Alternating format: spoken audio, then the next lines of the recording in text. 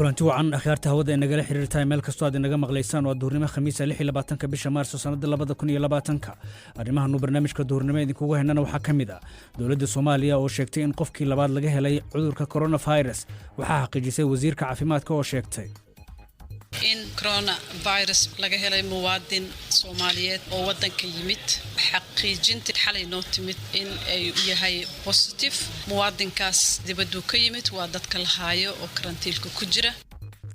tirada Ameerikaanka oo ku dhacay cudurka coronavirus oo cagacageynaysa 70,000 halka sanadka dalkaas uu meel mariyay $2 trilyan oo dollarka Mareykanka oo cudurkaas wax looga qabanayo wararka kalena waxaad ku maqli doontaan Soomaaliya oo u gudubtay wajiga xiga ee diin cafinta hadaba maxay yihiin shuruudaha ay tahay in ay ka soo dhalaasho dhaqaalaha Soomaaliya seelam maamula lacagaha dawladda soo galo iyo shuruucda canshuuraha sidoo kale sharciga wax soo gadashada dawladda waxyaabahaas oo dhan Soomaaliya ma leedahay sida IMF shuruudaha ay ka rabtaan ama loo maamula qodobadaas iyo kuwa kale ayaad ku maqli doontaan barnaamijkan uu soo saaray Xasan Cali Geela anigu Cabdi Ibraahim Cagayrna in la socodsiinaya balse marka hore barnaamijka waxaan ku bilaabaynaa wararka caalamka iyo Cabdiraxmaan Cali Dhimbil Cabdiraxmaan mahadsanid Cagayre aqalka sanadka Mareykanka ayaa si wada jira wansixiyay maalgelin gaadhaysa $2 trilyan oo dollar si wax looga qabto saameynta dhaqaale ee uu keenay fayraska corona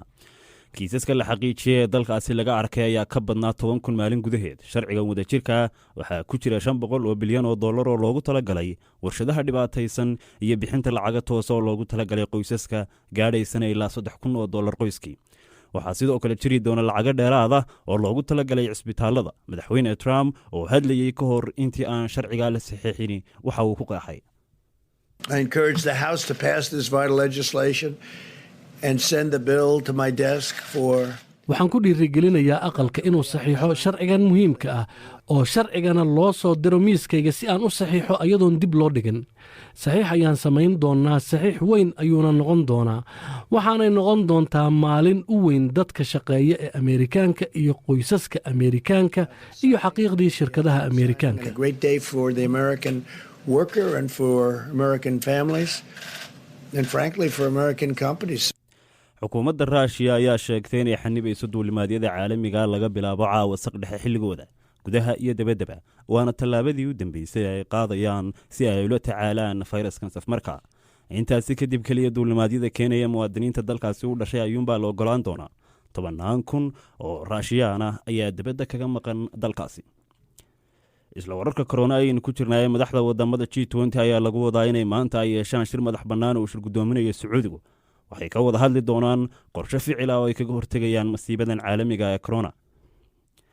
hay'adda qaxoontiga ee qaramada midoobay ayaa ka digtay in cudurku uu si ba'an u saameyn doono malaayiin barakacyaal iyo qaxoonti ah oo ku kala baahsan adduunka Filippo Grandi ayaa ku baaqay in la helo dareen wada jira oo dadkaasi wax loogu qabanayo xaalad degdeg ayaa lagaga dhawaaqay Thailand si uu uga caawiyo wax ka qabashada tirada sii kordhaysa ee coronavirus tani waxay u ogolaanaysaa ra'iisul wasaaraha dalkaasi inuu xadido safarka joojiyo isu imaanshaha dadkana ugu baaqo inay guryahooda ku nagaadaan ugu dambeynna wararka kale waxaa ka mid ah ninkii reer Australia ee loo haystay toogashadii ballaadhnayd ee ka dhacday 2 masaajid oo ku yaal magaalada Christchurch ee New Zealand sanad ka hor ayaa halkii uu ka taagnaa dambigaasi ka soo durkay intii lagu jiray dhageysiga aan la qorshayn ayaa Brenton Trent waxa uu qirtay dilka 51 qof iyo waliba dambiga 40 eedeymood oo ah isku day dil wararkii caalamka ee BBC-duna waa naga inta Cabdi Fataax aad baad u mahadsan tahay Cabdiraxmaan Cali Dhimbil ayuu kaasi ah oo nala socodsiinayay wararka caalamka halkaad kala socotaana waa BBC dhageystayaal u diyaar garooba qaybaha kale ee barnaamijka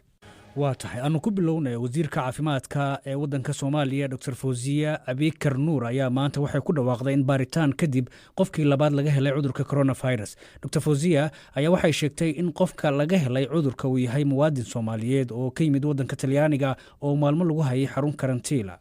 oo ku taal magaalada Muqdisho hadaba 16 bishan ay ahayd markii dawladda Soomaaliya ay shaacisay in qofkii ugu horeeyay gudaha dalka laga helay fayraska corona ee caalamka faraha baan ku haya faafahinta warkaasina waxa goordhoweyd magaalada Muqdisho inooga soo dirtay wariyahayaga Bella Sheego wasiiradda caafimaadka ee Soomaaliya Fawziya Abikar oo goordhow shir jaraa'id ku qabatay magaalada Muqdisho ayaa sheegtay in magaalada laga helay kiiskii labaad ee coronavirus qofka laga helay xanuunka coronavirus waa muwaadin Soomaaliyeed oo ka yimid dibadda wuxuuna ku jiraa dadka la karantiilay ee ku jira gacanta dawladda federaalka wasiiradda waxay intaas raacisay in xaaladiisa ay hadda tahay mid degan saakay waxaan rabaa inaan Soomaalida iyo bulshaweynta la wadaago in xaalad kale oo coronavirus positive ah laga helay muwaadin Soomaaliyeed oo wadanka yimid xaqiijinta xalay noo timid in ay yahay positive muwaadinkaas waa muwaadin aanan lahayn calaamadihii cudurka aysan ka muuqanin ilaahay waxaan ka rajeynaa inuusan ku soo bixin marka muwaadinka dibadda ka yimid waa dadka la haayo oo karantiilka ku jira waxaa la hayn doonaa intii analyska 2 iyo 3 laga xaqiijinayo waa caafimaad qaba wax calaamado ah kama muuqdaan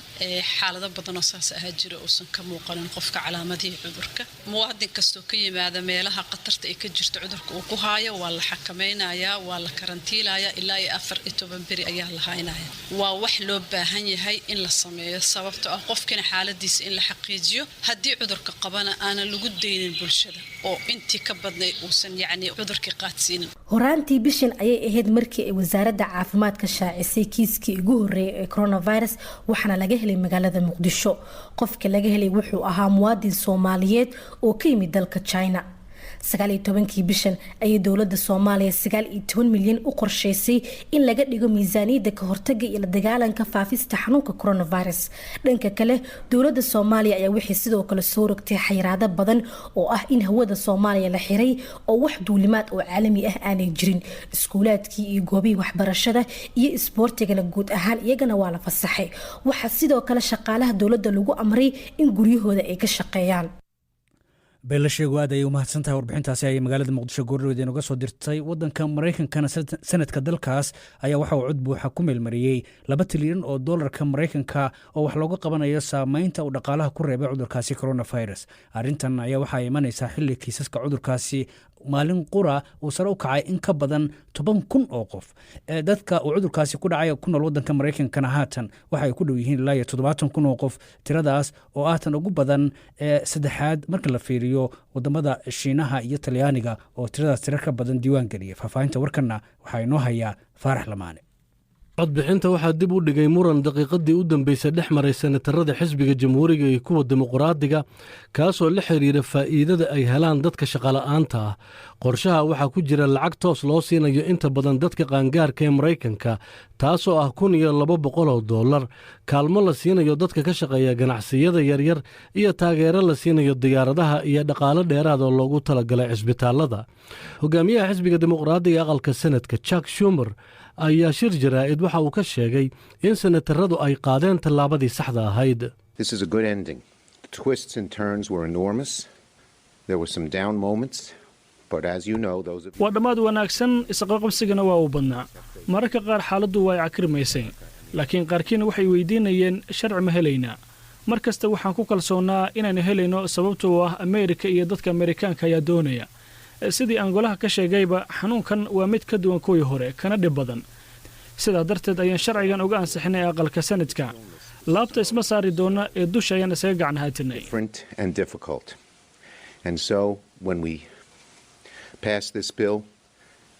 on the floor of the Senate we didn't hug each other we just waved from a distance geerida dadka xanuunka coronavirus ugu dhintay Mareykanka kun ayay iminka cagacagaynaysaa waxaana la xaqiijiyay ilaa iyo 70,000 oo kiis oo xanuunka ah haddaba maxaanu ka ognahay sharcigan la meelmariyay heshiiska ay gaareen hogaamiyayaasha dimuqraadiga iyo jamhuuriga ee aqalka sanadka waxaa ku jira canshuurta oo dib loo celiyo deymo lacago cisbitaalada loogu talagalay iyo dhaqaale samata bixin ah waxaa ku jira 500 bilyan oo dollar oo lagu caawinayo shirkadaha ay ku jiraan kuwa diyaaradaha 350 bilyan oo ganacsiyada yaryar la siinayo iyo 100 bilyan oo la siinayo goobaha caafimaadka ee xanuunka corona tooska ula tacaalaya Mitch McDonnell oo ah hogaamiyaha aqlabiyadda sanadka ayaa ku tilmaamay qorshahan mid la mid ah sidii in lagu jiro xilli dagaal afhayeenka aqalka Nancy Pelosi waxa ay sheegtay ka hor codaynta in loo baahan yahay in af loogu codeeyo sharciga taasoo u saamaxaysa xubnaha Koongareeska oo qaarkood uu ku dhacay xanuunka coronavirus-ka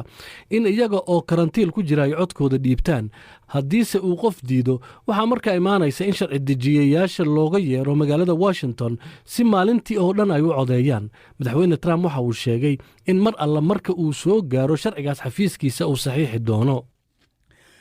aad ayuu u mahadsan yahay faarax lamaan ayuu kaasi warbixintaasi inala socodsiinayay. haddaba facebook aan eega ee qaar ka mid a dhegeystayaasheenna ayaa ra'yigooda waxay kasoo dhiibteen warbixinta aanu ku bilownay barnaamijkan. sadiiq aadan xidig oo kasoo qoray cabudwaaq wuxuu leeyahay waa arrin walwalkeeda iyo walaaceeda leh wararka sheegaya in qofkii labaad laga helay cudurka coronavirus weliba muqdisho oo aan ognahay mashquulkeeda iyo sida fudud ee cudurkan loo kala qaadi karo, balse wuxuu yidhi waxaan eebbe ka baryaynaa in uu intaas nooga ekeeyo cudurkan waxyeeladiisa, shacabka soomaaliyeedna digtoonaan muujiyaan. saxardiid xaashi ardaale oo boorama kasoo qorayn waxuu leeyahay waa arrin laga xumaado runtii in soomaaliya laga helay kiiskii labaad ee cudurka coronavirus. waxaan rabbi ka baryaynaa buu yidhi in uu caafiyo intii uu haleelay cudurkaasi, inta kalena rabbi uu badbaadiyo. waxaanan wacan buu yidhi in la sameeyo tallaabo kasta oo loogu hortegi karo caabuqaasi. waxaan qaar ka mid ah dhegeystayaasha b b c ee facebook. saacadduna haatan waxa ay tilmaamaysaa 2:11 iyo 10 ilbiriqsi. wararkii kale ee coronavirus waanu kusoo laaban doonaaye, balse markan dhowr shuruudood ayay tahay inay kasoo baxdo dowladda soomaaliya ka hor intaanan si buuxda looga cafin deynta laguna ogolaan inay deyn cusub qaadato.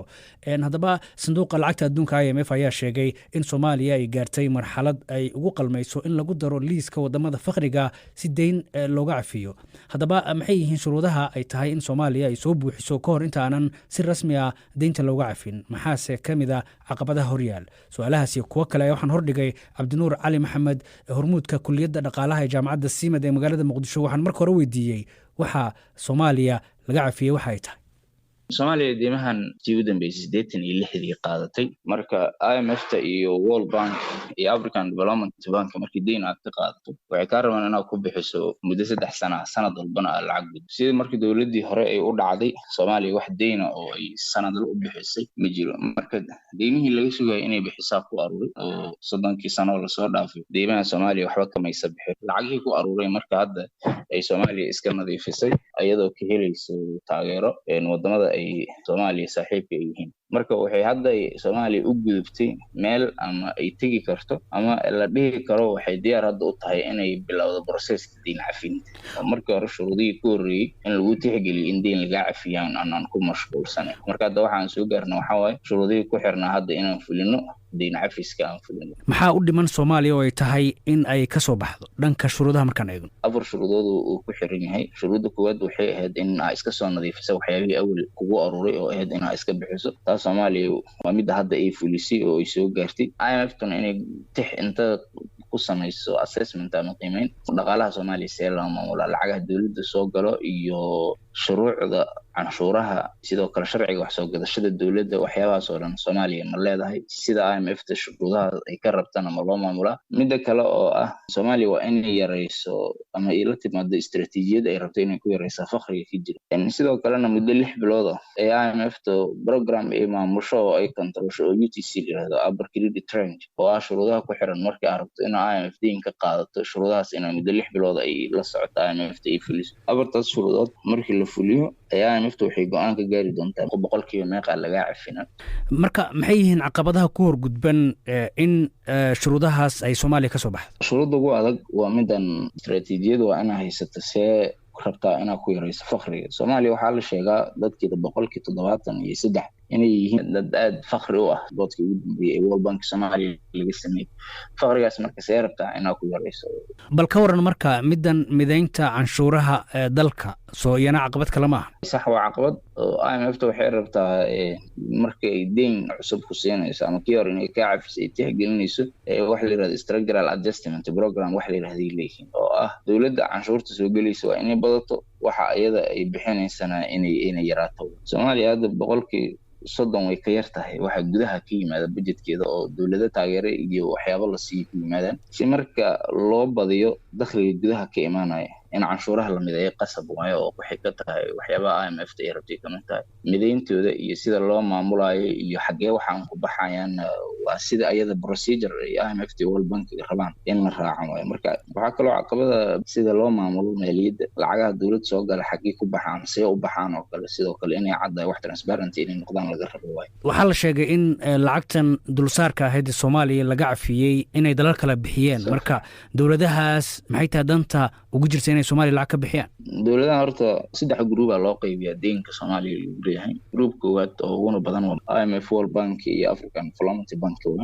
lacagta World Bank Soomaaliya ay ku lahayd waxaa clear gareeyay ama nadiifiyey Norway. IMF-ta waxaa bixiyey Talyaaniga, African Development Bank-na waxaa bixiyey dowladda Ingiriiska. Roughly dowladahaas lacag ka maqan maahan, oo lacagta waxay siinayaan midaan Ingiriiska oo African Development Bank Ingiriisku wuxuu ka tagayaa 30%. Waxaa bixinayso